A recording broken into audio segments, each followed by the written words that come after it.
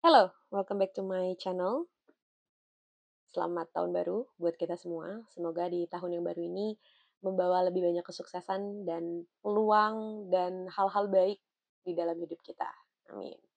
Di video kali ini gue mau nge-review sedikit soal buku yang menjadi buku terakhir yang gue baca di tahun 2024. Pas banget gue selesai baca di penutupan tahun, yaitu The Only One Left karyanya Riley Sager. Buat yang udah ngikutin video gue dari lama, dari awal-awal banget gue mulai ngebahas buku di YouTube, kalian pasti tahu kalau gue tuh suka sama Riley Sager dan gue udah bahas beberapa bukunya dia di channel gue. Dan The Only One Left ini adalah buku ketujuhnya dia yang gue baca, kalau gue nggak salah inget ya. Tapi kayaknya ya, buku ketujuh dia yang gue baca.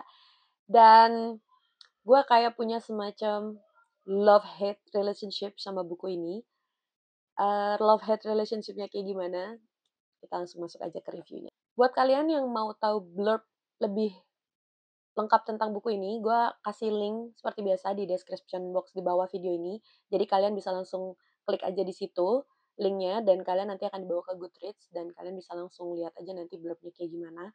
Tapi kalau dari gue, buku ini akan bercerita tentang Kit. Kit itu adalah seorang semacam perawat orang sakit, tapi dia bukan nurse. Jadi emang cuman kayak ya tenaga ahli untuk merawat orang sakit aja gitu dari yayasan-yayasan gitu.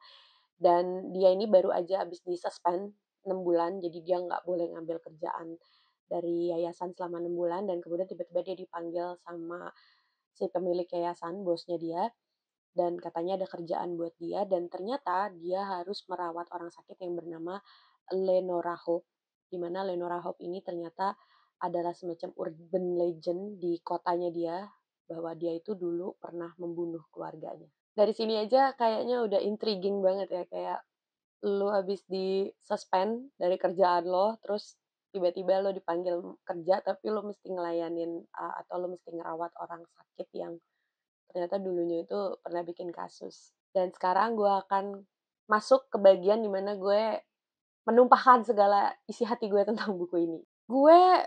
Ini akan agak bias. Gue sebenarnya suka sama buku ini. That's the part when I love the book. Gue suka sama buku ini karena gue juga emang suka sama karya-karyanya Riley Sager. Dari 7 buku dia yang udah gue baca, kayaknya gue suka 3 buku sama ini. Tapi this is the part when I told you why I hate this book. Ya karena gue udah baca segitu banyaknya bukunya Riley Sager, gue jadi kayak tahu polanya dia dalam menulis dan Eee, gue jadi tahu ciri khasnya dia, di mana Riley Sager itu kayaknya memang senang banget melibatkan suatu bangunan dalam cerita-cerita thrillernya dia, you name it. Dia ada cerita tentang apartemen, dia ada cerita tentang summer camp, dia ada cerita tentang rumah, dia ada cerita tentang cabin, dan ada, cerita tentang rumah di pinggir danau gitu, rumah liburan di pinggir danau. Jadi kayak dia emang ciri khasnya dia itu adalah bangunan gitu, bangunan di mana di dalam bangunan itu akan menyimpan rahasia, atau akan menjadi tempat di mana hal-hal yang sangat thrilling terjadi. Dan itu juga berlaku di sini. Jadi ketika gue ngelihat cover-nya, oh gambarnya rumah, rumah di tebing, oke pasti ada hubungannya sama rumah ini dan bener aja gitu. Eee, Kejadian-kejadian atau atau cerita yang akan dibahas di buku ini tuh akan terjadi di rumah yang, berdiri di tebing gitu. Jadi rumahnya tuh emang katanya tuh pemandangannya langsung menghadap ke samudra gitu dan, sejujurnya gue tetap suka gitu karena memang sangat menegangkan. Riley Sager itu sangat pintar dalam meramu plot. Tapi di buku ini gue nggak tahu entah ini memang karena gue yang mood-nya lagi nggak pas atau memang guenya yang udah terlalu hatam sama cara penulisannya Riley Sager. Gue merasa gue agak sedikit capek baca buku ini. Bukan bosen, tapi capek. Capek karena, kalau kalian pernah baca satu 2 bukunya Riley Sager, kalian pasti tahu kalau Riley Sager itu senang banget menumpuk plot twist. Jadi ketika kalian menghadapi satu plot twist dan kalian berpikir kalau, "Oh, this is the end," dia akan memberi kalian another plot twist, jadi kalian akan, "Wah, ceritanya jadi makin panjang nih," gitu. Dan itu juga di sini berlaku untuk cerita ini, untuk cerita The Only One Left ini. Cuman ya itu, kenapa gue bilang gue capek karena at one point gue ngerasa kayak, "Oh oke, this is the end," gitu. Ini adalah klimaksnya dari cerita The Only One Left ini. Tapi terus kemudian dia memutar lagi ceritanya sampai gue kayak, oke lu mau bawa gue kemana nih gitu, karena ini kok jadi ada tambahan-tambahan info baru yang akhirnya membuat ceritanya semakin panjang dan ujungnya sebenarnya ya jadinya gitu-gitu aja gitu, sesuatu yang sebenarnya udah gue bisa tebak dari awal, cuman karena dari gue mulai bisa nebak kira-kira ending-nya akan seperti apa, terus di twisting, jadinya gue agak ragu sama, teori gue sendiri dan pada akhirnya ujung-ujungnya ya ke situ-situ juga gitu, walaupun mungkin harus melewati berbagai teori-teori yang jelimet.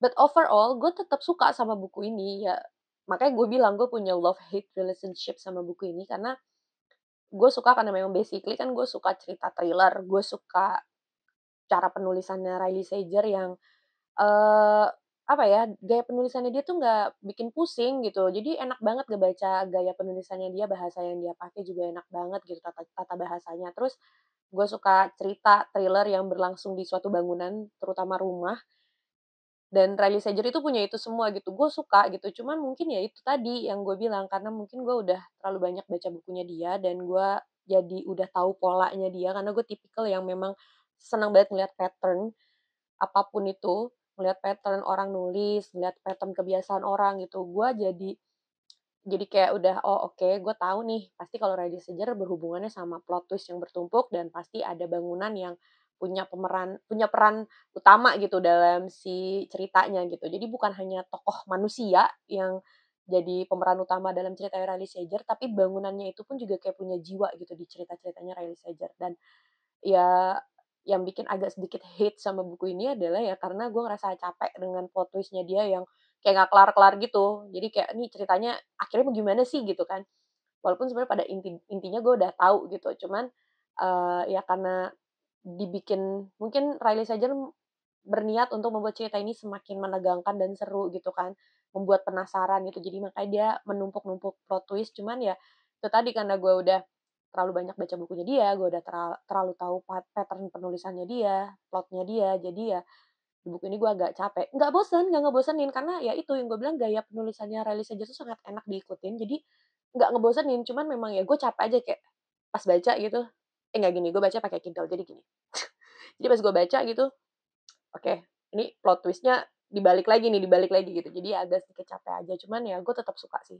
Overall gue tetap suka sama buku ini, gue kasih buku ini 4 bintang, dan gue tetap akan ngerekomendasiin buku ini ke kalian yang mungkin nanya, kalau mau baca buku Riley Sager tuh baca buku apa aja gitu. Mungkin nanti gue akan bikin video sendiri, karena kayaknya dari 7 buku yang gue baca tuh gue kayak punya 3 atau 4 yang jadi favorit gue banget. Jadi mungkin nanti gue akan bikin video tersendiri gitu tentang ranking buku-bukunya Riley Sager buat kalian, kalau kalian mau mulai baca bukunya dia. Dan ya kayaknya gue udah cukup puas menumpahkan segala isi hati gue tentang buku ini. Balik lagi, kalau kalian mau baca buku ini, gue akan bilang buku ini bagus kok untuk dibaca, sangat seru, apalagi dengan plot twist-nya yang sangat bertumpuk. Cuman kalau gue pribadi, ya gue agak ngerasa capek aja gitu. Cuma kalau kalian baru awal-awal baca buku Riley Sager, kayak kalian akan bisa nikmatin banget sih buku ini. Buku ini bagus banget. Dan ya segitu dulu aja video gue. Ada yang udah pernah baca buku ini juga, kalau misalnya ada boleh langsung komentar aja di bawah, tapi sebisa mungkin jangan spoiler supaya teman-teman yang belum baca nggak kena spoiler. Dan ya, thank you so much for watching this video and I'll see you in my next video. Bye-bye!